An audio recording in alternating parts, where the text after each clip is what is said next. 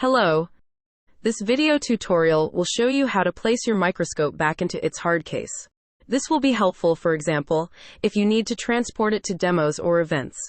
First, home the microscope from the MRCL viewer software. Then, remove the illumination sources, the joystick controller, and the aperture control diaphragm. Remember to put plastic caps on the connectors to prevent short circuits. Then, remove the spiral wrap to release the camera's USB cable.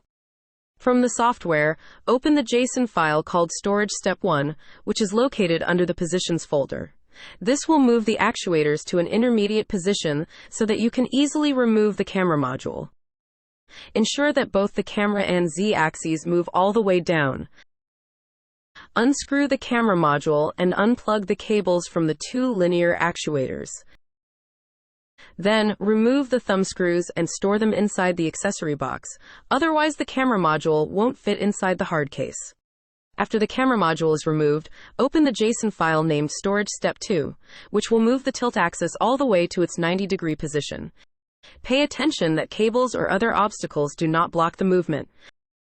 Turn the system off using the master touch switch and remove the two USB cables. Organize the cables as needed and place the main body of the microscope inside the case.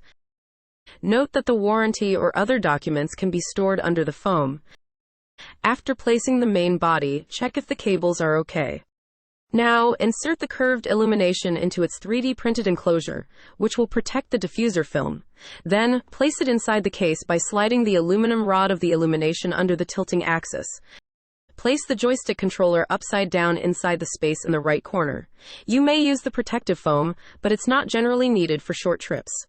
Place the camera module as shown in the video. Pay attention to the orientation and ensure the aperture control diaphragm has been removed. Loop the camera's USB cable, tie it with Velcro, and place it in the middle while a part of it stays under the rotary actuator. Do not forget to insert the plastic spacer between the actuators and ensure the camera's cable is not overbended. Then, place the 5 volts power supply, the USB data cable, and the ring illumination as shown in the video. You can fill the empty spaces with foam if you think it's needed. All remaining accessories can be stored inside the accessory box. Here is one way of arranging them, but you can place them however you would like. The accessory box should fit nicely in the middle. You can now close the box by applying a little force on the lid. You can now take your microscope with you wherever you go and showcase your samples.